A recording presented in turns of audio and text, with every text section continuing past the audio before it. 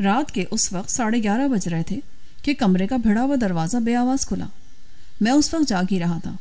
دروازے کا ایک تختہ پیچھے ہٹا کر وہ ایک سربستہ راز کی طرح کمرے میں داخل ہوئی، اور پھر اس نے اپنے پیچھے بڑی احتیاط سے دروازہ بند کر کے کنڈی چڑھا دی۔ تپائی پر رکھی لالٹین کی روشنی میں اس کو دیکھ کر میرے دل کی دھڑکنیں تیز ہونے لگی۔ وہ لڑکھڑاتی ہوئی آگے بڑھی اور میری آنکھوں میں جھانکتے ہوئے کرسی پر بیٹھ گئی۔ اب بتائیں جناب، آخر آپ کیا کہنا چاہتے ہیں مجھ سے؟ دیکھیے کشور، میں آپ کو بتاتا ہوں جو کام آپ کو کرنا ہے۔ مجھے آپ چودھری خیرات محمد کے بارے میں وہ سب کچھ بتا دیں جو آپ کو معلوم ہے، اور چودھری رحمت علی کے بارے میں بھی۔ کیوں؟ یہ کیوں پوچھ رہے ہیں آپ؟ وہ ذرا سنبھلی۔ کچھ ایسا ہی کام ہے مجھے ان سے جس کو میں آپ کی مدد کے بغیر نہیں کر سکتا۔ آپ میرے ساتھ تعاون کریں، سوال مت پوچھیں۔ یہ 20,000 روپیہ ہے، اس میں سے 10,000 میں اس دن دوں گا جس دن کام مکمل ہو جائے گا۔ میں نے 10,000 کی گڈی اس کی جھولی میں ڈال دی۔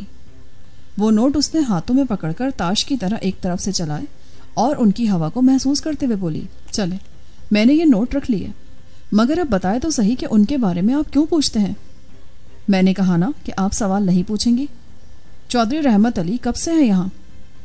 وہ تو یہاں اکثر آتا ہے، ہر 15 دن کے بعد وہ یہاں ہوتا ہے۔ کیا کرنے آتا ہے وہ یہاں؟ یہ بڑے راز کی بات ہے جو صرف پاکیزہ کو معلوم ہے یا مجھے؟ اچھا، ایسی کیا بات ہے وہ جس کا آپ دونوں کے سوا کسی کو بھی علم نہیں؟ یہاں قریب ایک گھر ہے ہماری گلی میں، امیر الدین کا۔ وہ لوہاروں کا کام کرتے ہیں۔ وزیر آباد میں 2 کارخانے ہیں، بڑے کھاتے پیتے لوگ ہیں وہ، ذات کے وہ راجپوت ہیں۔ ان کی ایک لڑکی جس کو طلاق ہو چکی ہے، اس کا نام زلیخا ہے۔ چودھری رحمت علی سے اس کا یارانہ ہے۔ ان کی پہلی ملاقات حکیم صاحب کی دکان پر ہوئی تھی، یہ 6 مہینے پہلے کی بات ہے۔ چودھری خیرات محمد کے گھر پاکیزہ اکثر جایا کرتی تھی، اس کی بیوی پاکیزہ کی سہیلی بنی ہوئی ہے۔ چودھری رحمت علی نے وہیں پاکیزہ کو گھیر کر زلیخا تک اپنا پیغام پہنچایا، پھر پاکیزہ نے ہی ان کی ملاقات کروائی، اسی گھر میں، اس کے ساتھ والے کمرے میں۔ جب سے اب تک اس نمبر 2 کے ذریعے ان کی ملاقاتیں جاری ہیں، جس کے بدلے میں چودھری رحمت علی پاکیزہ کو 3-4 جوڑے تحفے میں دے چکا ہے۔ مگر وہ لوہار بہت سخت اور اکھڑ قسم کے لوگ ہیں، انہیں پتہ چل گیا تو وہ رحمت علی کو زندہ نہیں چھوڑیں گے۔ ان کا راجپوتی خون کھول گیا تو وہ پتہ نہیں کیا کر دیں۔ میں تو پاکیزہ کو بہت سمجھاتی ہوں مگر وہ باز نہیں آتی۔ کشور نے مجھے ایک نیا ہی باب کھول کر سنا دیا۔ مگر آپ کیوں پوچھتے ہیں سب کچھ؟ آپ کو پتہ ہے زلیخا کہاں بیائی گئی تھی؟ وہ کامونکی میں بیائی گئی تھی، چودھری حیات علی کے گھر۔ ان کے چاول چھڑنے کے 2 کارخانے ہیں وہاں۔ آپ کو پتہ ہے اس کے خاوند کا نام کیا ہے؟ عبدالعلی نام ہے اس کا، اور اس کے 3 بھائی ہیں، ارشد علی، امجد علی اور مرشد علی۔ ٹھیک کہتی ہیں آپ، مگر آپ کو پتہ ہے کہ عبدالعلی نے ابھی تک اسے طلاق نہیں دی۔ میں نے خواہ ہی اس کی سوچ پر ناخن مار دیا۔ کیوں نہیں دی طلاق؟ وہ ایسے ہی گھر آ بیٹھی ہے کیا؟ وہ پڑھی لکھی FA پاس لڑکی ہے، یہی تو آپ کو معلوم نہیں ہے۔ اس نے زلیخا کو صرف 1 طلاق دی تھی، اور میں نے سنا ہے کہ یہ چاہتا ہے کہ عبدالعلی زلیخا کو پوری طلاقیں دے کر حق مہر اور جہیز کی سوئی سلائی تک واپس کر دے۔ یہ آپ سے کس نے کہہ دیا؟ مجھے معلوم ہے تو میں کہہ رہا ہوں نا، میں بلا وجہ تو ادھر نہیں آیا۔ تو یہ علاج محض ڈھونگ ہے؟ نہیں، میری یہاں آمد کی سب سے بڑی وجہ تو آپ ہے کشور۔ میں نے آپ کو 3 مہینے پہلے وزیر آباد میں دیکھا تھا، میں آپ کا تعاقب کرتے یہاں آیا تھا، مگر آپ کا گھر نہیں دیکھ سکا۔ میں تانگے میں تھا اور آپ ٹیکسی میں آئی تھیں۔ ہاں، مجھے یاد ہے حکیم صاحب کے ساتھ میں ان دنوں کئی بار وزیر آباد گئی تھی کپڑا خریدنے۔ ہاں، دوسری بار میں نے آپ کا گھر اور آپ کے خاوند کا مطب بھی دیکھ لیا تھا، اور اب تیسری بار میں آپ تک آ نہیں پہنچا۔ آپ کے بغیر مجھے چین نہیں آتا تھا، اور میں نے قسم کھا لی تھی کہ آپ کو حاصل کر کے رہوں گا۔ یہ تو بے ایمانی کی انتہا ہو گئی۔ خان صاحب، میں آپ کو چھوڑوں گی نہیں۔ یہ کہہ کر اس نے میرے بال پکڑ کر مجھے جھنجھوڑ ڈالا۔ ایسے مکار آدمی ہیں آپ، بھولی بھالی عورتوں کو اس طرح پھانس لیتے ہیں۔ میں نے اس کے سامنے ہاتھ جوڑ دیے۔ میں آپ سے معافی چاہتا ہوں تھانے دارنی صاحبہ، پھر کبھی چوری اور مکاری نہیں کروں گا۔ وہ خوش ہو گئی۔ مجھے یہ بتائیں کہ آپ کو زلیخا سے دلچسپی کیوں ہے؟ میں عبدالعلی کا دوست ہوں، اس کو بھی یہ خبریں مل چکی ہیں کہ زلیخا آج کل کیا کر رہی ہے، مگر وہ طلاق دینے سے پہلے پکا ثبوت چاہتا ہے۔ کیا کرے گا وہ اس ثبوت کا؟ وہ دراصل یہ سمجھتا ہے کہ زلیخا پر کسی نے تہمت لگائی ہے۔ وہ زلیخا کو پھر سے اپنے گھر لے جانا چاہتا تھا، مگر وہ یہ سوچتا ہے کہ اگر یہ خبر سچی ہے تو پھر وہ زلیخا کو ہمیشہ کے لیے طلاق دے دے گا۔ مگر آپ کو اس سے کیا دلچسپی ہے؟ کیا ملے گا آپ کو یہ ثبوت حاصل کر کے؟ اگر وہ پھر سے زلیخا کو بسانا چاہتا ہے تو یہ تو بہت اچھی بات ہے۔ یہ اچھی بات نہیں ہے کشور، میں چاہتا ہوں کہ عبدالعلی کو یہ ثبوت مل جائے۔ مگر کیوں؟ اس سے آپ کو کیا فائدہ ہوگا؟ فائدہ یہ ہوگا کہ دراصل کشور، میں اپنی بہن کی شادی عبدالعلی سے کرنا چاہتا ہوں۔ اس کی منگنی پہلے اسی کے ساتھ ہوئی تھی، مگر یہ لوہار بیچ میں آ گئے۔ بس اتنی سی بات ہے جس کے لیے میں پریشان ہو رہا ہوں۔ اور یہ ثبوت آپ کیسے حاصل کریں گے؟ آپ رحمت علی اور زلیخا کو کسی جگہ اکٹھا کرنے کا انتظام کر دیں۔ ان دونوں کی قابل اعتراض حالت میں ایک تصویر اتار لوں گا، اور بس وہ تصویریں لے جا کر میں کسی طرح عبدالعلی کو دکھاؤں گا۔ نتیجہ یہ ہوگا کہ وہ اسے فوراً ہی پکی طلاق دے دے گا، اور ہم اپنی بہن بشرا کا بیاہ اس سے کر دیں گے۔ وہ عبدالعلی آپ کا کیا لگتا ہے؟ وہ میری پھپھی کا لڑکا ہے۔ میں نے اس کے سامنے جھوٹ کا پورا دفتر کھول لیا تھا۔ وہ کچھ دیر تک کسی گہری سوچ میں ڈوبی رہی، پھر مجھے غور سے دیکھتے ہوئے بولی، اور اس کام کے آپ مجھے 20,000 روپے دے رہے ہیں؟ ارے نہیں میری جان، یہ تو میری محبت کا نذرانہ ہے جو میں آپ کے لیے ساتھ لایا تھا۔ یہ زلیخا والا قصہ تو یوں ہی بیچ میں آ گیا۔ آپ رحمت علی کا نام نہ لیتی تو میں کبھی اس کا ذکر بھی نہ کرتا۔ ہاں یہ تو ہے، مجھے آپ کی باتوں میں سچائی نظر آتی ہے، مگر مجھے آپ نے خبر بھی نہ ہونے دی اور چپکے ہی چپکے میرا پیچھا کرتے رہے۔ یہ شرافت ہے آپ کی۔ تو میں اور کیا کرتا؟ کوئی بات میرے بس میں نہیں تھی۔ آپ سے میں الگ ڈرتا تھا۔ آپ کو ناراض کر کے میں کہیں کا بھی نہ رہتا۔ بہت چالاک آدمی ہیں آپ۔ مگر بائی دا وے، آپ کام کیا کرتے ہیں؟ میری بھی چاول چھڑنے کی مل ہے ادھر حافظ آباد میں۔ اگر میں یہ رقم نہ لوں اور پھر بھی آپ کا کام ہو جائے تو میں اس رقم کو ادھر ہی تیلی دکھا دوں گا۔ ایسی 1000 رقمیں میں آپ پر قربان کر سکتا ہوں جناب کشور بیگم صاحبہ۔ اتنی محبت ہے آپ کو مجھ سے؟ نہیں، بہت تھوڑی، بس ایک رتی برابر۔ میں جناب علاج کے بہانے اب اکثر یہاں آیا کروں گا اور ادھر ہی ٹھہرا کروں گا۔ ہاں، اس طرح یہ سلسلہ آسانی سے چل سکتا ہے۔ مگر آپ کہیں مجھ سے 420 تو نہیں کرائے؟ ایسی کوئی بات نہیں ہے۔ تو پھر آپ بتائیں، انہیں اکٹھا کر سکتی ہیں آپ کسی جگہ؟ کر تو سکتی ہوں، ساتھ والے کمرے میں کر سکتی ہوں۔ تو پھر کر ہی دیں، مگر یہ کام پاکیزہ کے ذریعے کروائیں۔ آپ اس میں نہ پڑیں۔ کرے گی تو وہی، اسے کوئی لالچ دینا پڑے گا۔ آپ کہہ دیں کہ چودھری رحمت علی نے 1000 روپیہ دینے کا وعدہ کیا ہے، وہ آپ مجھ سے الگ سے لے کر اسے دے دیں۔ مگر واقف تو وہ پاکیزہ کا ہے۔ یوں نہیں، میں ویسے ہی اسے تیار کر لوں گی۔ کہوں گی کہ زلیخا نے پیغام بھیجا ہے۔ ہاں یہ ٹھیک ہے، اس طرح کسی کو شک بھی نہیں پڑے گا۔ میں نے اس کی ہاں میں ہاں ملائی۔ یہ چودھری رحمت علی تو بڑا عیاش آدمی معلوم ہوتا ہے۔ ایسا ویسا؟ ارے وہ شراب بھی پیتا ہے کہ رمضان کا مہینہ ہے اور وہ اسی مار پر آیا ہوا ہے۔ اب یرقان کا بہانہ بنا کر یہاں بیٹھ گیا ہے، دوا لے جا کر نالی میں بہا دیتا ہے۔ اور نمازی ایسا ہے کہ شاید تہجد بھی پڑھ لیتا ہوگا۔ ہاں یہ تو ہے۔ تو پھر کل رات آپ ان کی ملاقات کا انتظام کروائیں گی؟ وہ جانے لگی تو میں نے اسے یاد دلایا۔ ہاں یہ کل ہو جائے گا، مگر آپ کے پاس کیمرہ ہے کیا؟ اس کا بندوبست میں کر لوں گا، مجھے تو بس ایک ہی تصویر لینی ہے۔ تو پھر آپ بے فکر ہو جائیں خان صاحب، کل رات کو یہ کام ہو جائے گا۔ آپ بھی ادھر ہی رہیں گے، مگر وہ تو دروازے بند کر لیں گے۔ ہاں، صرف وہی دروازے جو اندر کھلتے ہیں۔ گلی میں کھلنے والے 2 دروازوں میں سے ایک کی کنڈیاں کھلی ہوں گی۔ آپ اطمینان سے اندر جا کر تصویر لے سکیں گے، مگر کیمرے سے جو روشنی نکلے گی اس سے وہ خبردار ہو جائیں گے۔ اس کی فکر مت کریں آپ، میں انہیں جو دودھ بھجواؤں گی اسے پی کر وہ گہری نیند میں کھو جائیں گے۔ پھر آپ جتنی چاہے تصویریں لے سکتے ہیں۔ ہو سکتا ہے وہ دودھ نہ پیئے۔ نہیں، اس کی انہیں عادت ہے۔ اس کا انتظام پاکیزہ کرتی ہے۔ اسے ہر ملاقات کے عوض چودھری رحمت علی 100 روپیہ دیتا ہے۔ مجھے حیرت ہے کشور، رحمت علی تو خاصی عمر کا آدمی ہے، یہی کوئی 40 سال کا ہوگا۔ پتہ نہیں اس نے زلیخا کو کیا سنگھا دیا ہے، وہ بس اسی کا دم بھرتی ہے۔ بس ٹھیک ہے کشور، اب آپ جائیں، اذان ہو رہی ہے۔ کل شام کا سارا انتظام کر کے مجھے بتائیں۔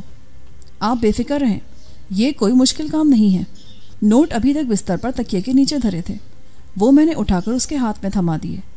وہ مسکراتی ہوئی وہاں سے احتیاط سے چلی گئی۔ اس کے جانے کے بعد میں ذہن سے سب کچھ جھٹک کر گہری نیند میں کھو گیا۔ صبح جب میری آنکھ کھلی تو دروازے پر دستک ہو رہی تھی۔ میں نے اٹھ کر دروازہ کھولا تو حکیم صاحب سامنے کھڑے تھے۔ کیا حال ہے جناب؟ طبیعت تو ٹھیک ہے نا؟ میں بالکل ٹھیک ہوں حکیم صاحب، مجھے بڑی گہری نیند آئی۔ 7 بج گئے ہیں، آپ اٹھ کر ناشتہ کر کے دکان پہ آ جائیں۔ ٹھیک ہے جناب، میں بس 8 بجے تک آ جاؤں گا۔ میں مطب پہ جا رہا ہوں، کسی چیز کی ضرورت ہو تو اپنی ہمشیرہ سے کہہ دیں، کشور بندوبست کر دے گی۔ روزہ تو آج ہم میں سے کوئی بھی نہیں رکھ سکا، جب آنکھ کھلی تو صبح ہو چکی تھی۔ یہ کہہ کر وہ لوٹنے لگے۔ آپ فکر نہ کریں، میری ضرورتیں ہیں ہی کیا۔ یہ کہہ کر میں نے تولیہ اٹھا لیا۔ حکیم صاحب خرامہ چلتے ہوئے گلی میں نکل گئے تو میں غسل خانے میں جا گھسا۔ میں نہا کر کمرے میں آیا تو کشور ناشتہ میز پر رکھ رہی تھی۔ مجھے دیکھتے ہی وہ بڑے دل فریب انداز سے مسکرائی۔ کنیز ناشتہ لائی ہے؟ اتنا ڈھیر سارا ناشتہ؟ اور آپ کو معلوم ہے کہ ہم بیمار ہیں اور آج سے ہمارا علاج شروع ہو جائے گا۔ کوئی گڑبڑ تو نہیں ہوئی؟ یہ لوگ وقت پر جاگے ہیں نا؟ جی، خیریت ہی رہی۔ حکیم صاحب البتہ کسل مندی کا شکوہ کر رہے تھے۔ اس دوا سے تو ایسا ہی ہوتا ہے۔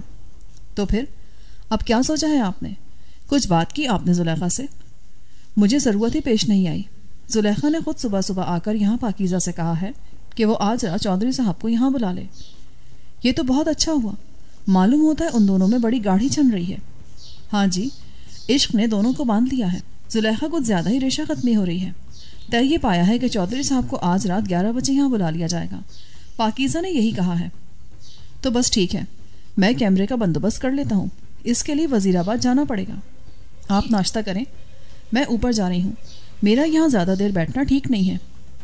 وزیر آباد سے جلدی لوٹ آئیں، میں دوپہر کا کھانا تیار رکھوں گی۔ یہ کہہ کر وہ تیز تیز قدم اٹھاتی باہر نکل گئی۔ رقم اس کے پوٹے میں اتر چکی تھی اور اپنا اثر دکھا رہی تھی۔ ایک فزو تر مسرت اس کے انگ انگ سے ہویدا تھی۔